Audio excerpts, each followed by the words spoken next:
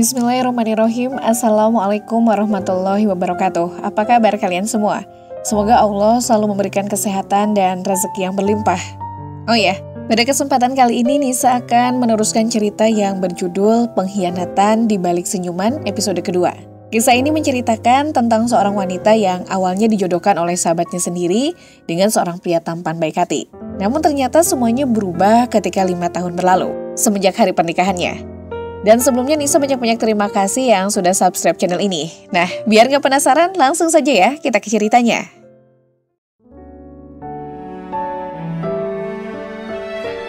Apapun yang terjadi, hubungan kita tetap berlanjut, Sela, kata David dengan tatapan serius. Maksudmu? Tanya Sela penasaran. Cinta kita tak pernah padam begitu saja. Bukankah kau sudah berjanji? Jawab David dengan tegas. Sela sama sekali tak bisa menjawab. Ia tak mau mengacaukan suasana indah ini dengan perdebatan tentang kata hatinya. Dalam waktu 5 menit, mereka sampai di restoran. Kemudian, mereka memilih tempat yang agak ke pojok dekat dengan kolam ikan, sekaligus berteduh di bawah pohon yang cukup rindang. Bagaimana dengan pria luar yang kemarin mengajakmu jalan-jalan? Dia tampan. Tampan mana denganku? Tanya David cemburu. Ganteng dia sedikit, jawab Sela. Wow. Kalau begitu, kamu pasti jatuh hati padanya. Memang, ganteng dia sedikit, tapi banyakkan kamu. Ungkap Sela sembari tersenyum kecil kepada David. Puas aku mendengarnya. Kukira setelah kepulanganmu dari luar negeri, kamu bakal melupakanku. Apalagi di sana banyak lelaki tampan yang pastinya tak menolak jika harus berpasangan dengan wanita Indonesia secantik kamu. Ucap David. Bagaimana dengan Raya? Apakah dia bisa mengerti keinginanmu? Kurasa Raya sangat membahagiakanmu. Aku juga melihat kebahagiaan Raya setelah menikah denganmu. Tanya Sela mengalihkan obrolan. Ya, aku memang sudah melakukan semuanya demi kamu, Sela. Aku tahu kalau Raya itu teman karibmu, sehingga aku tak mau menyakitinya dengan mengatakan kalau aku menikahinya karena permintaanmu.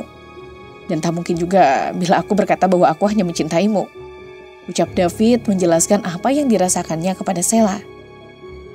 Tapi kamu mencintainya kan? Tanya Sela memastikan apa yang barusan dikatakan oleh David. Akan kulakukan apa saja demi kamu, tegasnya.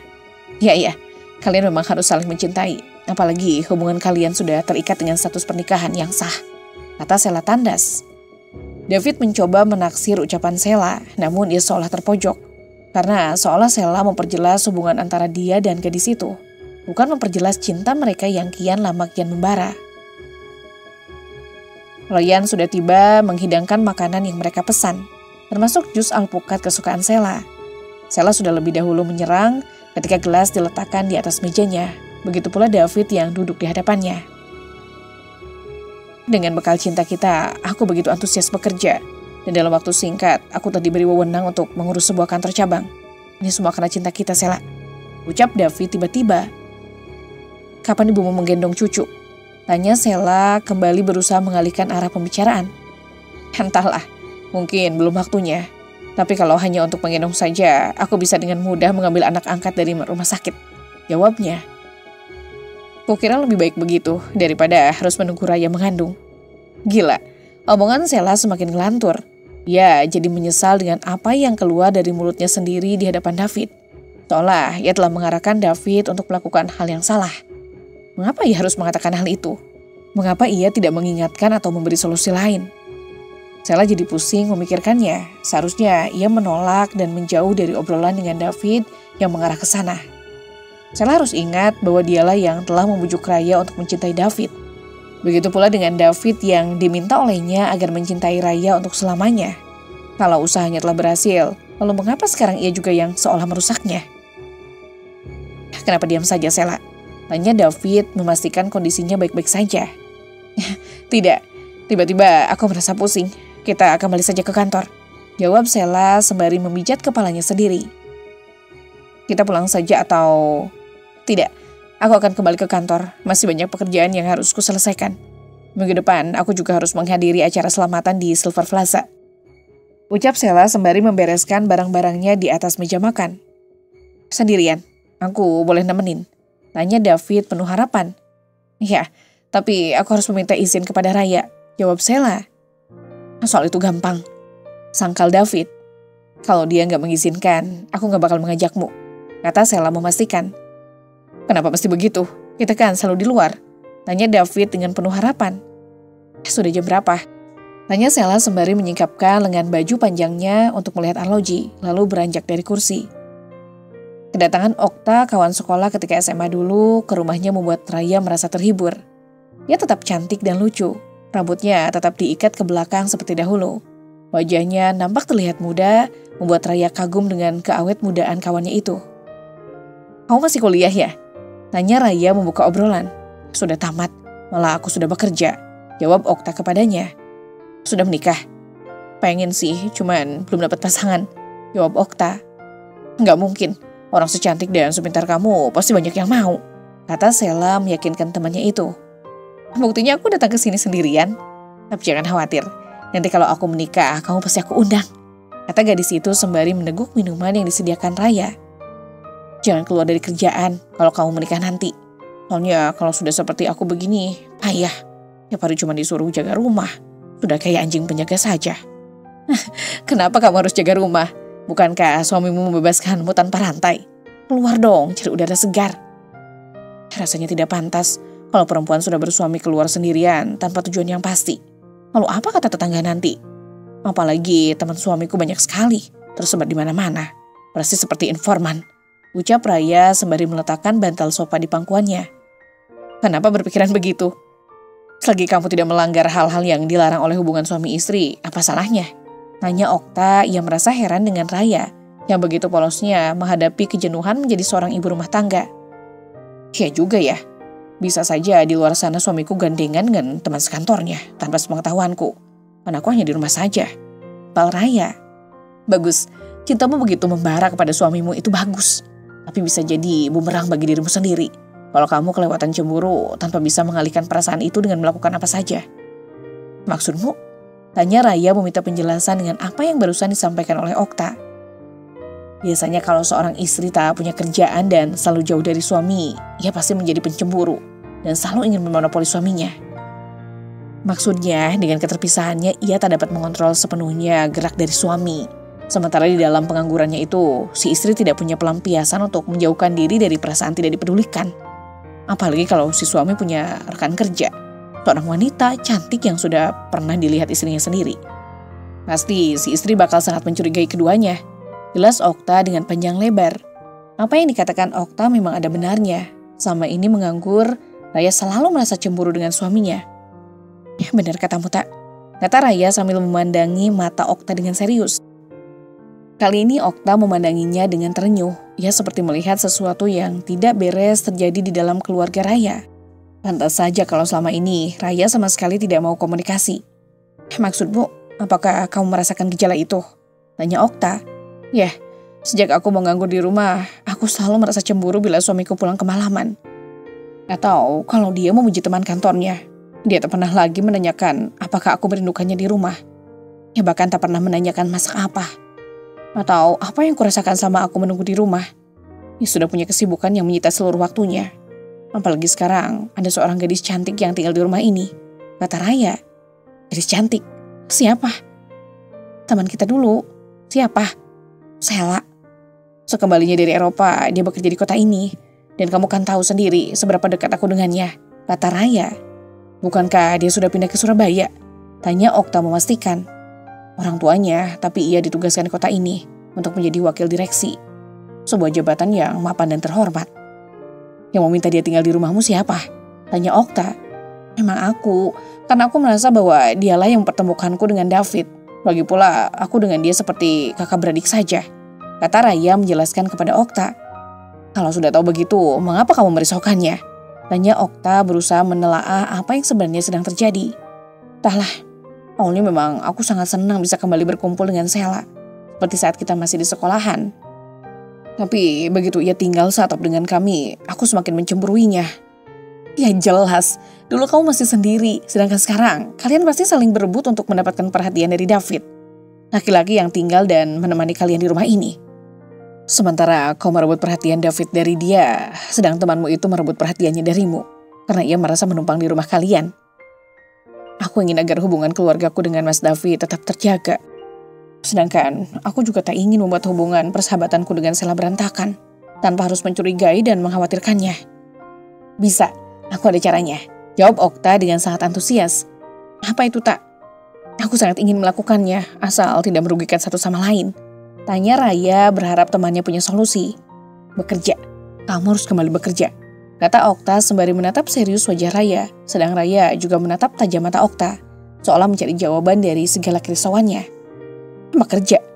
Ya, dengan bekerja kamu bisa lebih konsentrasi dengan kegiatanmu dibanding harus mengkhawatirkan suamimu, kata Okta dengan nada serius. Raya sebenarnya sangat paham dengan apa yang sedari tadi disampaikan oleh sahabatnya itu. Namun pertanyaannya, di mana ia harus bekerja? Di mana? Di tempat kerja David? Tidak, ia tak ingin berada di sana. Dia hanya akan dipantau oleh semua rekan kerja suaminya. Namun kemana ia harus mencari pekerjaan lain, sedangkan ijazahnya saja tidak bisa diandalkan untuk melamar pekerjaan. Di mana? Ijazahku saja tak bisa ku andalkan untuk melamar pekerjaan. Jika harus bekerja di kantor Mas David, ya sama saja bohong. Aku tidak punya koneksi dengan kantor manapun. Perihal itu, tak usah khawatir. Kamu bisa bahasa Inggris dan komputer kan? Tanya Okta. Sedikit, jawab Raya. Buat saja lamaran, besok kamu datang ke kantorku, ada lowongan, kata Okta sembari tersenyum ke arah Raya. Serius kamu? Bagian apa, Tak? Tanya Raya sangat bersemangat. Ya, paling sih bagian resepsionis atau sekretariat. Kamu bisa jamin aku bakal keterima? Tanya Raya memastikan. Tenang saja, perihal itu biar aku yang atur, jawab Okta dengan agak sengat. Baiklah kalau begitu, nanti akan kukatakan pada Mas David. Ya, kamu bilang saja kalau kamu ingin mencari kesibukan lain. Jangan bilang untuk cari hasil tambahan, nanti dia tersinggung, kata Okta. Aku pulang dulu, timpalnya. Baiklah, apa perlu ku antar sampai rumahmu? Kata Raya menawari temannya.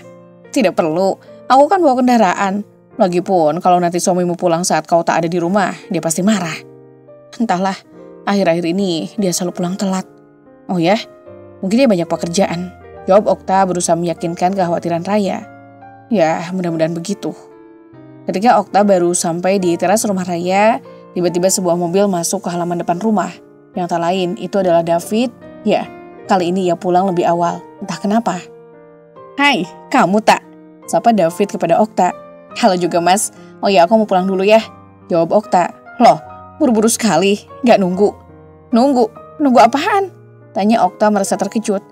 Tapi David memandangnya dengan senyum geli, kemudian dengan tanpa melihat mulutnya mengucapkan jawaban aneh. Nunggu diusir? Sialan. Salam buat suamimu Tak, ejek David, tapi Okta tidak peduli, ia segera menjalankan kendaraannya. Setelah Okta pergi pulang, keduanya segera masuk ke dalam rumah. Tumben pulang siang, mau ambil pakaian sekalian pamit sama kamu. Pamit? Kemana? Loh, memangnya Sela belum bilang sama kamu? Bilang apa? Seminggu yang lalu, dia dapat undangan pesta di kantor barunya, Silver Plaza. Dia minta dikawal olehku, maklum, dia kan masih lajang. Nanti banyak teman laki-laki yang usil. Kata David tenang-tenang saja. Mendengar hal itu, Raya benar-benar merasa terpukul ketika mendengar hal itu. Tapi mau bagaimana lagi? Di sisi lain, ia juga tak mau jika nanti suatu hal buruk menimpa sahabatnya saat berada di pesta tersebut. Pulangnya jangan malam-malam. Pasti aku tahu kamu takut kan jika harus tidur di rumah sendirian. Kemana Sela? Di kap salon. Dari balik kaca rias di dalam kamar, Raya memperhatikan suaminya yang sedang merapikan pakaian. Ia seolah sangat bersemangat, mulai dari memakai jas dengan dasi hitam bergaris biru muda. Ia terlihat senang mengenakannya, pantas saja Sela gandrung mengajaknya ke pesta. David memang tampan, Sela juga cantik. Menurut Raya, Sela malah lebih cantik dibanding dirinya. Apalagi sekarang dandan di kap salon. Pasti tampak seperti seorang permaisuri raja. Raya merasa rendah diri kalau berjajar dengan suaminya sendiri. Sejak beberapa tahun ini, suaminya tak lagi pernah mengajaknya jalan-jalan. Bahkan David tak lagi pernah terlihat dandan. Tapi sekarang ia dandan dan terlihat sangat tampan. Memang David lebih pantas bersanding dengan Sela. Sama-sama bergelar sarjana dan kaya. Kalau sudah berpikir ke sana, Raya sudah seperti orang bodoh. Tapi ia sebenarnya sangat cemburu kalau David lebih memperhatikan Sela. Makan dulu Mas, bujuk Raya. Tidak, minum saja, jawab David. Lalu Raya membuatkannya segelas kopi panas dan David sangat menyukai akan kopi buatan Raya itu. Ia juga sempat memuji istrinya. Kalau saja ini undanganku, aku lebih suka mengantarmu, katanya sembari menyeruput kopi panas di hadapannya. Sela lebih cantik dibanding aku, ucap Raya tiba-tiba. Kata siapa? Penilaian orang di dunia ini berbeda-beda. Kalau kataku, di dunia ini tak ada wanita yang lebih cantik daripada istriku sendiri, kata David lalu meneguk habis isi cangkir. Jangan berolok-olok, dan ingat, jangan pulang terlalu malam. Oke bos, aku pergi dulu, kata laki-laki itu. Kemudian Raya mendekatinya. Dia membenarkan dasi yang berantakan dan hampir melilit leher suaminya. Sama dengan apa yang dilakukan Raya setiap kali David akan berangkat kerja. Tadi Okta bilang apa? Oh, dia mengajakku untuk bekerja di kantornya. Sudah diterima? Belum sih, kemungkinan besok aku akan mendatangi kantornya. Tapi kamu gak apa-apa kan mas? Tanya Raya memastikan bahwa suaminya tak marah atas keputusannya itu. Oh, ya gak apa-apa kok sayang, aku malah senang. Lagipun dengan begitu, kamu bisa menghibur dirimu sendiri dengan pekerjaanmu yang baru. Oh ya, bagian apa sih? Tanyanya. Katanya bagian sekretariat, kalau tidak bagian resepsionis. Jawab Raya. Ya sudah, itu bidangmu. Tapi jangan tapi-tapian. Kalau memang kamu berniat mau kerja, jalani saja dulu apa yang ada, kata laki-laki itu sembari melihat ke arah arlojinya. Kemudian melangkah keluar rumah menuju mobil, lalu memacu kendaraannya itu meninggalkan Raya. Mendengar respon David atas usul Raya membuatnya lega. Kini terasalah apa yang sama ini ia dambakan. Setelah akhirnya Raya diterima bekerja di bagian sekretariat di kantor Okta, kini David semakin nekat dengan membawa Sela keluar kota. Kapan lagi ia dapat kesempatan kalau bukan sekarang? Bukan karena gadis itu tak mau menuruti permintaannya, tetapi karena hampir setiap hari David tak memiliki waktu luang. Kehadiran Sela kini bagaikan malaikat yang kembali menggugah gairahnya untuk menjalani kehidupan yang lebih bersemangat. Bagaimanapun juga, David tak mudah melupakan bagaimana saat-saat bahagia saat sedang bersama Sela. Begitupun dengan Sela. Ternyata cinta keduanya tak semudah itu luntur. Sekalipun kini David telah bersanding dengan seorang gadis yang tak kalah cantiknya dengan Sela, yaitu Raya. Lihat bukti-bukti itu, begitu indah dan tegar. Kalau badai tak henti menghempaskannya, itulah perlambang cinta kita. Tahukah kamu apa yang akan dikatakan oleh bukti-bukti itu jika mereka dapat berbicara? Ujar David sambil merangkul pundak gadis itu, melindunginya dari terpaan angin. Pasti mereka akan mengatakan kita bodoh. Ya, dulu mereka pasti akan mengatakan hal itu. Namun setelah melihat kita kembali ke sini dengan rasa yang sama, mereka akan mengatakan apa? Kalian memang gila, ucap Sela. 100 untukmu, benar Sela. Kita memang sudah gila, mengorbankan nyawa untuk mainan dan menjadikan cinta orang lain untuk taruhannya, kata David sembari menatap ke kejauhan. Ini udara kian lama kian terasa dingin. Mereka memutuskan untuk pindah lokasi menuju sebuah tempat yang mereka kenal dengan sebutan Bungalau. Udara di tempat itu tak kalah sejuknya dengan tempat di mana awal mereka berdiri. Dan kini David menyematkan jaket yang ia pakai ke tubuh Sela. Biar hangat, kalau kurang hangat, ambil saja korek api, godanya. Makasih. Bungalau itu saksi bisu kisah cinta mereka berdua. Di tempat itulah 5 tahun lalu mereka berikrar untuk menjalani hubungan cinta. Dan di tempat itu pula lah Sela memutuskan hubungannya dengan David. Maka tak heran jika kini degup asmara kembali merona saat mereka memasuki tempat itu kembali. Di dalamnya terdapat banyak sekali spot pemandangan menarik, mulai dari perkebunan, teh, dan bunga yang membentang luas, kolam renang, danau, dan sebuah villa yang mewah. Setelah David mengambil kunci dari bagian resepsionis, kini ia menggandeng lengan Sela untuk masuk ke dalam. Sela seperti anak kecil yang menuruti setiap langkah David. Bahkan hingga tibalah mereka di dalam kamar yang sebelumnya sudah dipesan oleh David. Baru saja sampai di kamar, David yang sedari tadi tak kuat menahan gejolak nafsunya. Gadis yang sudah menyerahkan dirinya itu pun ia peluk dengan erat. Sampai akhirnya ia jatuhkan ke atas ranjang, sambil terus mengecupi bibirnya yang mungil dan merah basah itu. Mas, engkau cantik sekali Sela, aku sangat mencintaimu, bisik David sambil menindih tubuh Sela, tapi Sela mencegah sebelum David melakukan jauh lebih atas tubuhnya itu. Jangan, teriak Sela. Kenapa? Tanya David agak kecewa. Aku mau mandi di kolam, kata Sela yang bergegas bangkit dan keluar dari kamar. Sesampainya di sisi kolam renang, Sela segera melepas pakaian luarnya. David sendiri mulai gemetar memandanginya, sehingga begitu Sela terjun ke dalam kolam renang, ia pun segera menyusul dengan pakaian yang sama. Seperti ketika mereka pertama kali berkunjung ke tempat itu. David berkejar-kejaran dengan Sela di dalam kolam renang, kemudian saling menangkap dan menyelam. Tawa Ria yang semarak terdengar sangat mengirikan siapapun yang melihat atau mendengarnya. Luar biasa kecepatanmu, Sela. Tak kusangka semakin hari kau semakin menjadi juara renang, kata David memuji. Ayo kejar aku, teriak Sela yang terus berenang menjauh menggunakan gaya dadanya. Kemudian mereka melanjutkan bersenang-senang tanpa memikirkan hubungan keduanya dengan Raya. Ayo kita naik ke atas. Oh ya, tadi kamu bawa apa? Tanya David kepadanya. Opong dan martabak, jawab Sela. Wah, itu kesukaanku. Tapi gendong aku dong, Mas. Aku capek nih, rujuk Sela. David pun tak malas-malas membopong tubuh mulus kekasihnya itu. Kemudian mereka berdua menjemur tubuhnya di lantai pinggir kolam renang. Setelah David mengambil makanan yang diletakkan oleh Sela di meja makan. Ayo kita ke kebun apel sana, ajak David setelah puas menyantap makanan yang dibawa oleh Sela. Tapi aku ganti pakaian dulu dong, kata Sela. Tapi kamu jangan ikut, nanti kamu nakal. Oke, aku tidak akan ikut, kata David yang berpura-pura membalikkan badannya. Ketika perempuan itu masuk ke dalam kamar untuk berganti pakaian. Tapi ketika gadis itu masuk ke dalam kamarnya, David segera menyusul masuk dan mengunci pintunya dari dalam kamar. Beberapa hari setelah kejadian itu, kini David semakin berani kurang ajar. Bahkan di rumahnya sendiri sekalipun, mengingat kini Raya juga sering keluar untuk bekerja. Suatu hari saat Raya sedang bekerja di kantornya, ia merasa tak enak jika harus pulang agak sorean. Sepertinya bayang-bayang David selalu mengikuti di pelupuk matanya. Sekalipun Okta yang sekantor dengannya selalu menghibur dan memberi banyak kesibukan. Kita pulang yuk, ajak Okta kepada Raya. Loh, memangnya sudah jam berapa tak? Tanya Raya memastikan jam pulangnya. Baru 3:30 sih. Tapi kelihatannya kamu melamun terus, ucap Okta kepada Raya.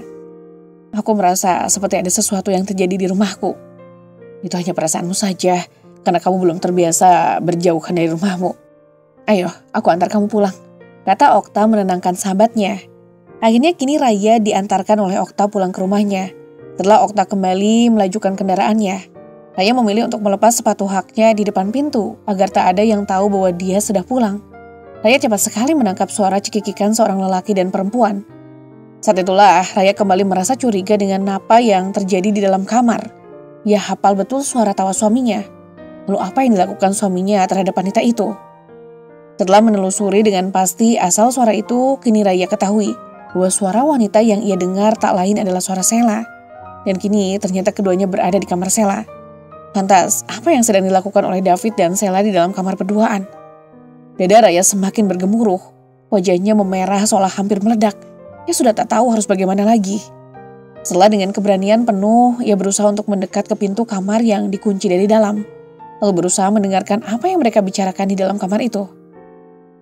Sela, ayolah, kata laki-laki itu terdengar samar-samar di telinga Raya. Raya semakin penasaran dan deg-degan.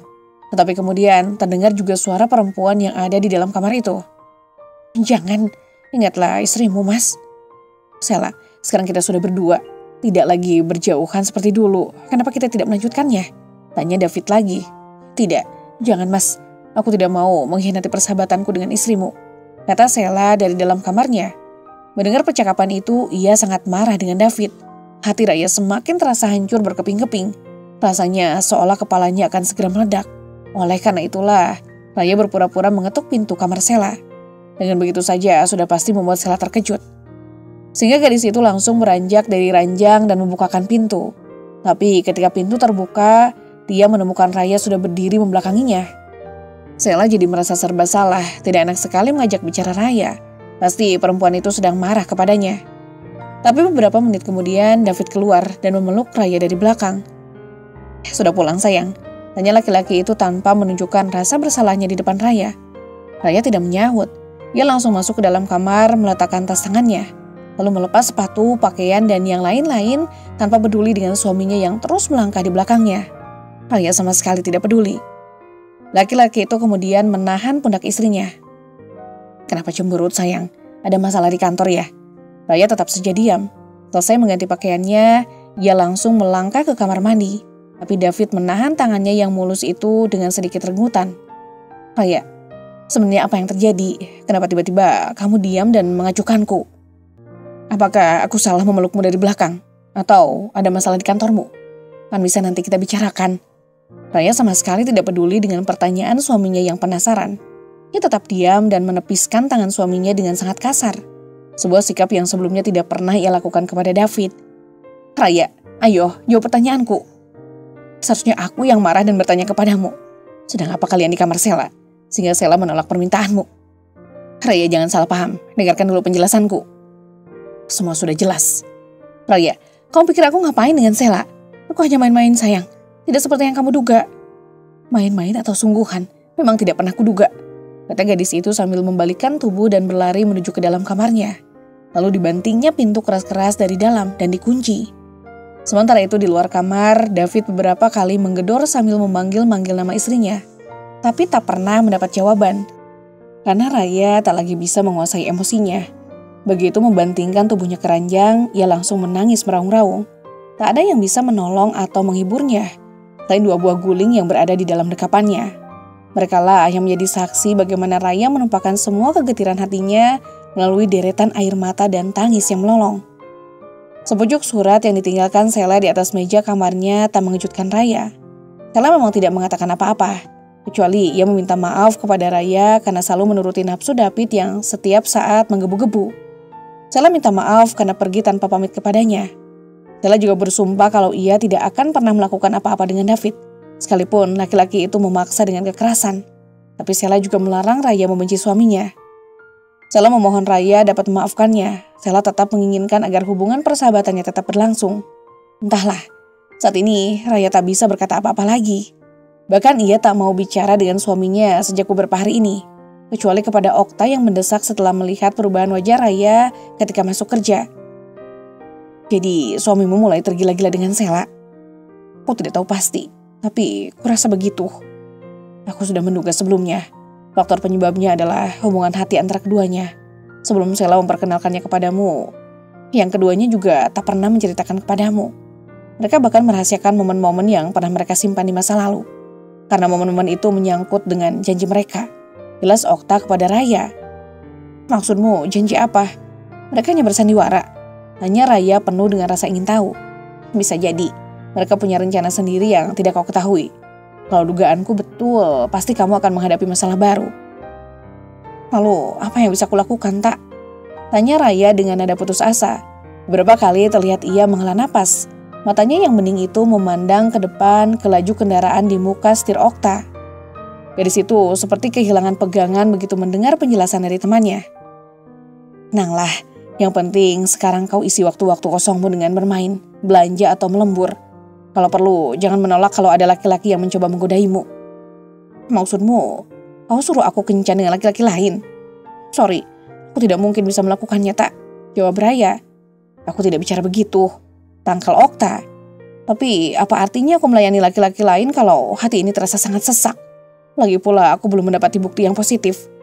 Nah, kalau akalmu berpikir begitu, kenapa kamu merasa cemburu dan takut sekali dengan masalah yang kau hadapi?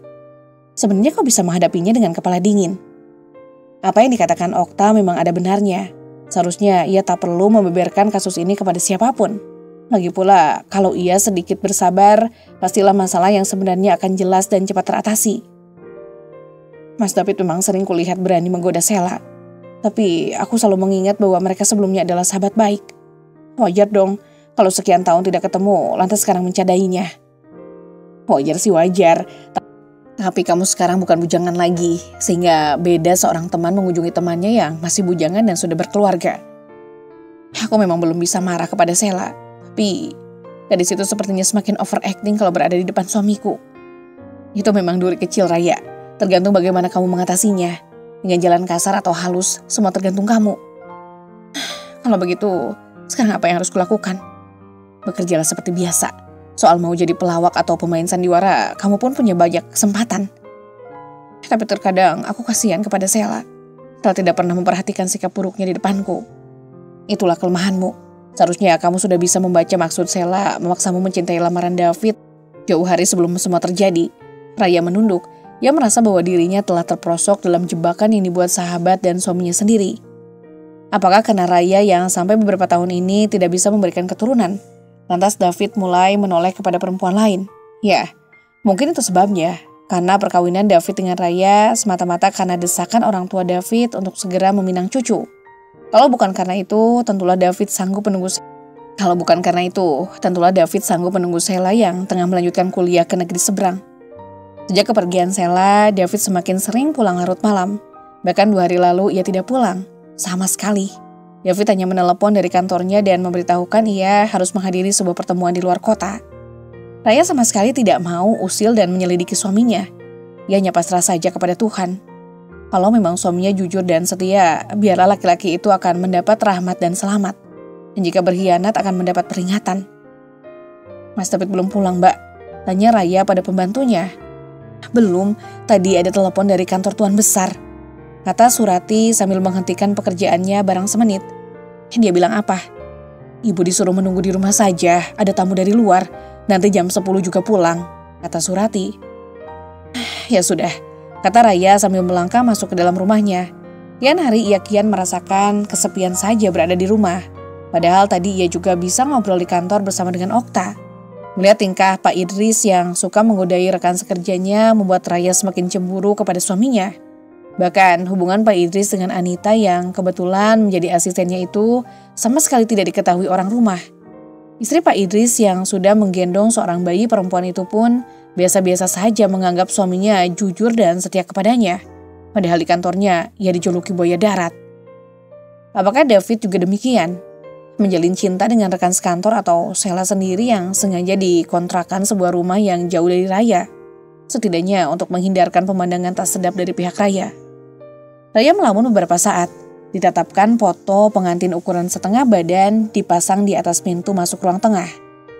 David yang 6 tahun lebih tua daripada usianya itu tampak lebih ganteng dan lebih menarik. Ketika bersanding dekat dengan Raya, Raya sendiri tampak lebih cantik dan bergairah di sisinya. Terbayang di mata Raya suasana pesta yang meriah dan penuh kebahagiaan. Namun semua itu kini tinggallah kenangan. Ini hari-harinya berawan duka. David kian jauh pergi. Raya mengeluh panjang. Tangannya meraih pesawat telepon. Barangkali David masih ada di kantor. Halo, bisa bicara dengan Pak David? Tanya Raya ketika diterima resepsionis. Pak David, beliau sudah pulang sejak pukul 3:10, Bu. Kata resepsionis itu. Kira-kira kemana beliau, Bu? Saya nggak tahu, mungkin langsung pulang. Soalnya beliau sejak pagi mengatakan menderita migrain. Migrain? Dia bilang begitu? Betul, Bu. Ibu siapa ya? Rekanan bisnisnya. Oke, terima kasih. Potong Raya segera. Lega sudah hati Raya begitu mendengar berita bahwa suaminya sudah pulang. Tapi ada keraguan yang mengganjal ketika laki-laki itu juga belum datang sampai 5:30. Halo, bisa bicara dengan Bu Sheila? Dari siapa? Keluarganya. Kata Raya berbohong. Maksud Mbak? Ada perlu keluarga, desak Raya. Beliau sudah pulang sejak tadi, Bu. Pulang jam berapa? Jam 3:30. Oh iya, kalau Ibu perlu hubungi saja ke rumahnya. Jawab resepsionis itu mengejutkan Raya. Di mana, Sus? Di Jalan Tri Emas. Rumahnya yang terakhir. Tanya Raya memastikan. Ya, setahu saya beliau tinggal di sana. Terima kasih. Ketika telepon ditutup, Raya termenung memandangi pintu rumahnya yang menghadap pemandangan hijau halaman rumah. Kenapa Sheila harus kembali ke rumah kontrakan yang dulu dikatakannya tidak menyenangkan? Yang banyak laki-laki iseng, yang banyak nyamuknya, dan duda mata keranjang. Tapi resepsionis tadi mengatakan kalau ia hanya tahu rumah Sheila yang terakhir. Mungkin memang Sheila hanya sekali memberitahukan alamat rumahnya. Jadi waktu pindah ke rumah Raya, ia tak memberitahu kepada kantornya. Kalau benar begitu, tentu sekarang Sheila juga sudah pindah ke rumah lain. Cuma saja tidak pernah memberitahukan kepada siapapun. Itulah yang disesalkan Raya. Jangan-jangan dia sudah mengontrak rumah dengan David. Tidak mungkin. Selama ini David tak pernah memperlihatkan rasa benci atau tidak cinta kepada istrinya. Malah, ia selalu lengket dan berusaha merayu Raya agar tetap mencintai dan tidak cemburu. Tapi waktu kepergok itu, David kelihatan merasa bersalah. Dialah yang telah mendahului merayu Sheila. Dan pada malam itu, Raya makin merasa bersalah telah menuduh Sheila melakukan serong kepada suaminya. Sheila memang belum terbukti melakukannya. Malah, Sheila menolak ketika David mencoba melakukan tindakan mesum kepadanya. Sebagai sahabat baik, tentunya Sheila selalu menghindar dari perbuatan begitu. Setidaknya ia bisa mencegah atau mengingatkan kalau David lupa. Kesabaran Raya mulai menipis ketika beberapa hari terakhir ini suaminya pulang sudah larut malam. Malah ia tidak pulang tanpa pemberitahuannya terlebih dahulu. Amarah mengejolak di hatinya. Sayang, terdengar suara memanggil diikuti ketukan pada pintu rumahnya. Surati yang tinggal di belakang kalau sore hari tidak berani membukakan pintu selama majikan perempuannya ada di rumah. Memang akhirnya Raya sendiri yang membukakannya, lalu mempersilahkan suaminya masuk. Sementara Raya langsung meminta tas tangan suaminya dan meletakkan di dalam rak khusus yang telah disediakan. Baru pulang, sapanya. Keluar kota, jawab David pendek. Keluar kota? Rasanya janggal kalau David bertugas keluar kota tanpa memberitahukan terlebih dahulu kepada Raya. Apalagi jabatannya yang bukan bagian operasional. Kecuali loka karya atau penataran yang biasa dilaksanakan di tempat rekreasi. Kalau sampai beberapa hari pulang malam begini, Raya tidak lagi kuat menahan kesabarannya. Seharusnya ia bicara dengan laki-laki itu secara terus terang. Namun dia tak punya keberanian untuk memulainya. David mudah sekali tersinggung akhir-akhir ini. Ia telan semua kepahitan itu. Ia hanya berharap waktu dapat segera menyadarkan David atas kekeliruan yang ia lakukan sama ini. Kopinya mas, kata Raya sambil meletakkan secangkir kopi panas ke atas meja. David sendiri bermalas-malas ketika mengenakan pakaian tidurnya. Mata laki-laki itu terasa sangat ngantuk, sehingga sebentar saja kepalanya sudah disandarkan ke bantalan kursi. Minum dulu kopinya mas. Aku ngantuk sekali. Ya, tapi minum dulu. Aku letih sekali sayang. Kalau minum kopi nanti aku tidak bisa tidur. Kalau begitu teh saja ya. Sudahlah, jangan capek-capek. Kenapa sih? Banyak kerjaan ya? Tanya Raya. Begitulah, David tidak peduli. Begitu ia melangkah masuk ke dalam kamar, tubuhnya langsung terjerembab di atas kasur dengan kedua mata terpejam. Dengan hati bimbang, Raya mencoba mendekati suaminya dengan cara lain. Usai menyemprot tubuhnya dengan parfum, Raya berkaca di depan cermin. Kemudian mengganti pakaiannya dengan daster malam yang sangat tipis. Lalu ia melangkah menghampiri suaminya yang sudah tergeletak di atas ranjang. Setelah mengangkat kaki suaminya agak ke tengah, ia sendiri naik sambil menarik selimut tebal. Kemudian dimatikannya lampu besar di kamar itu dan ia nyalakan lampu remang 5 watt yang berwarna kuning tua. Setelah itu Raya mencoba merangkul suaminya sambil menciumi dengan penuh rasa cinta.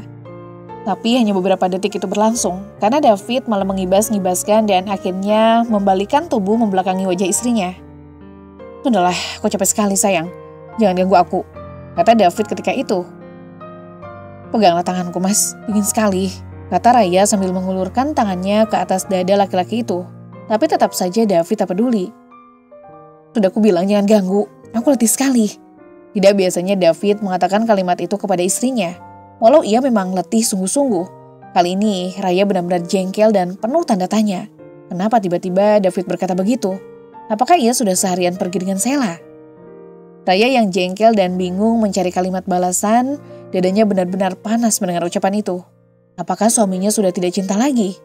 Dalam keadaan bingung dan kesal itulah, kemudian meluncur sebuah kalimat penuh emosi. Kau aja kemana saja Sheila seharian, sehingga kamu keletihan? Sebuah pertanyaan yang ringkas tetapi menusuk telinga David, yang ketika mendengarnya langsung melotot dan bangkit dari ranjang. Napasnya naik turun lantaran suhu di dalam hati yang mendadak menggelegak seperti di neraka. Lalu dengan bahasanya sendiri, ia menuding istrinya sambil berkata, "Kamu pikir aku ada hubungan apa dengan Sheila? Kamu terlalu berprasangka terhadap orang lain. Gadis sepintar Sheila tidak mungkin dengan mudah jatuh ke dalam pelukan lelaki. Kecuali dengan kamu kan mas?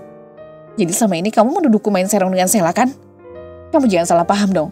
Aku sudah lama kenal Sheila. Seperti juga kamu dengan Sheila. Aku menganggap Sheila saudara sendiri. Seperti juga kamu yang sudah menganggapnya sebagai kakak kandung. Lalu mas bisa merayu dan memintanya untuk melayani seperti yang aku lakukan kepada mas. Aku tidak berkata begitu. Itu hanya imajinasimu saja. Pokoknya kalau kamu cuma berpikir ke arah sana, hubungan persahabatan kamu tidak akan berumur panjang. Kasihan si Sheila yang begitu mengasihi dan mencintai kamu, tapi malah mendapat balasan sebaliknya." Raya sama sekali tidak menyahut, suaminya pun tidak lagi terlentang di ranjang, tapi berpindah ke ruangan tengah.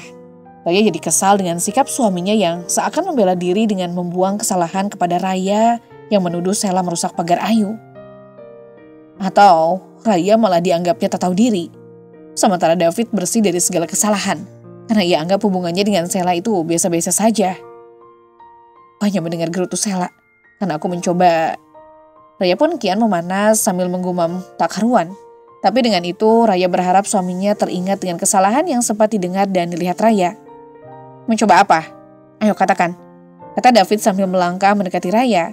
Tapi gadis itu jadi ketakutan melihat langkah suaminya yang kini dianggapnya lebih beringas itu.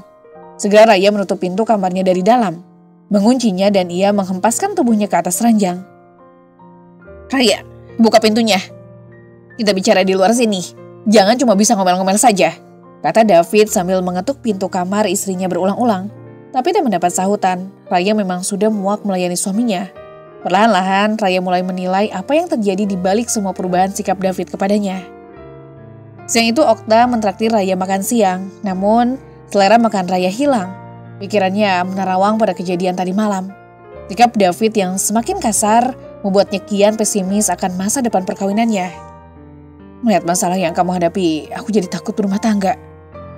Sekalipun beberapa kali aku menerima tawaran menikah dari laki-laki yang menaksirku.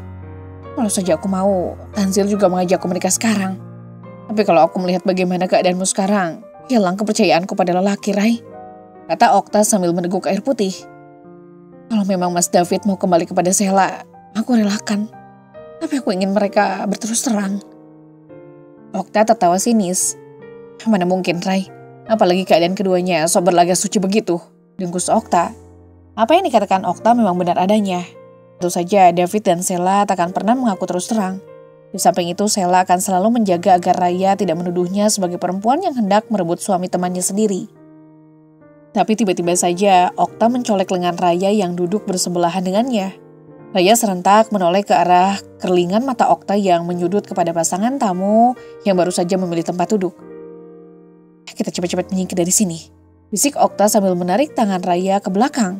Raya dengan gugup mengikuti langkah Okta, tapi matanya yang sejak tadi telah ditunjukkan pada sebuah pemandangan mengejutkan, kian penasaran.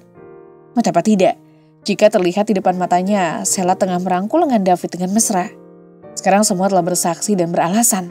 Tak ada lagi keraguan bagi Raya untuk menuduh suaminya main perempuan, atau melabrak Sheila sebagai perebut suami orang. Dada Raya benar-benar panas ketika itu. Untung saja Okta bisa menyelamatkannya. Setelah gadis itu tergesa membayar rekening, Raya ditarik ke dalam mobilnya. Kemudian mereka segera memacu kendaraan menuju kantor mereka. "Sekarang kamu melihat sendiri kan?" kata Okta.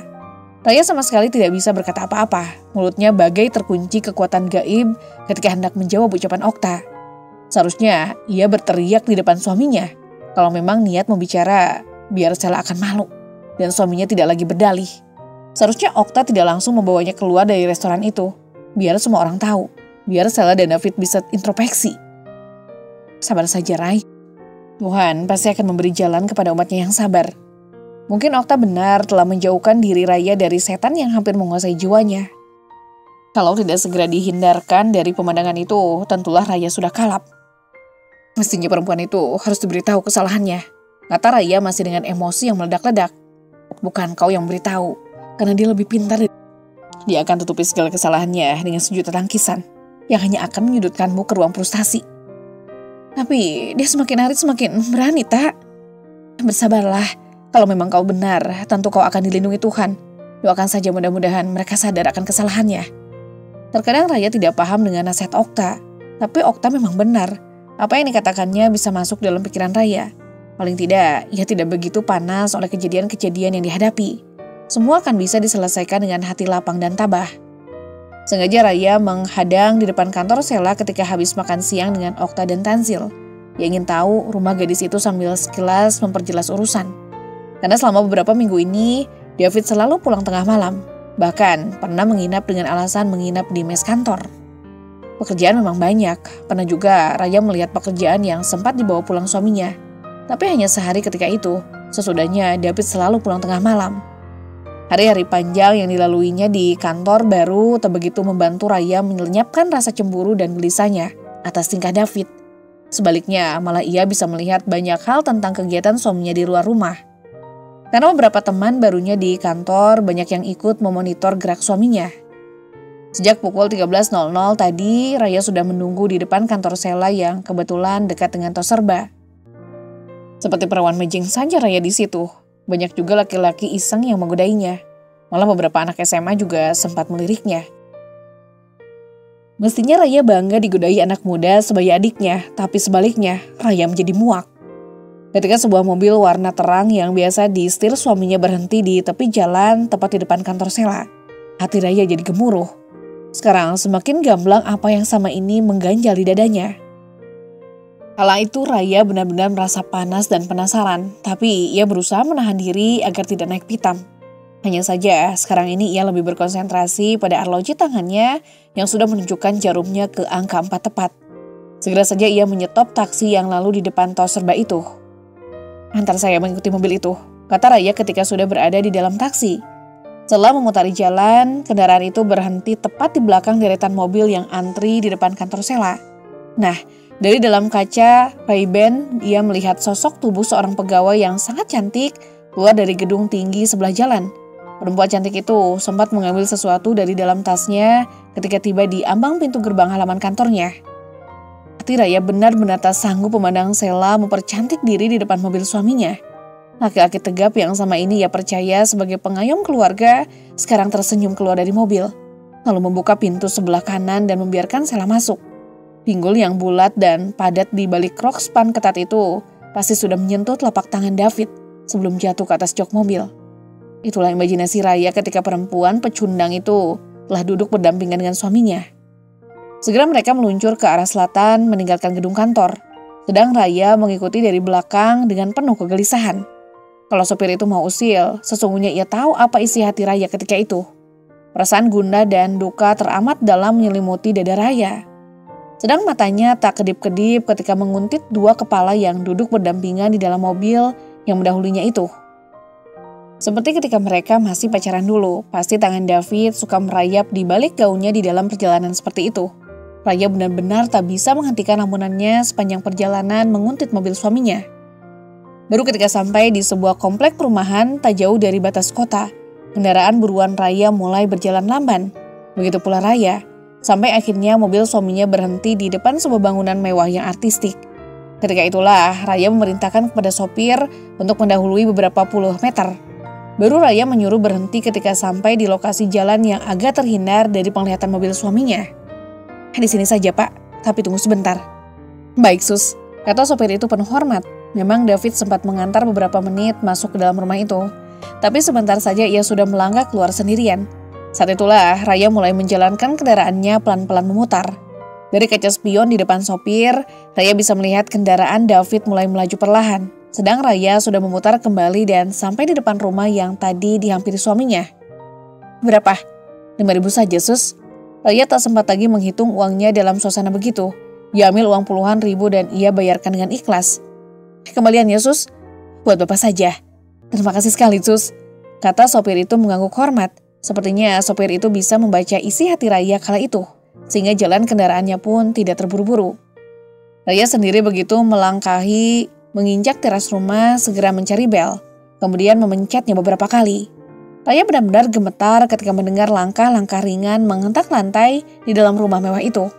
Hampir saja ia tak sanggup melihat ketika pintu bangunan itu mulai berderak dibuka dari dalam.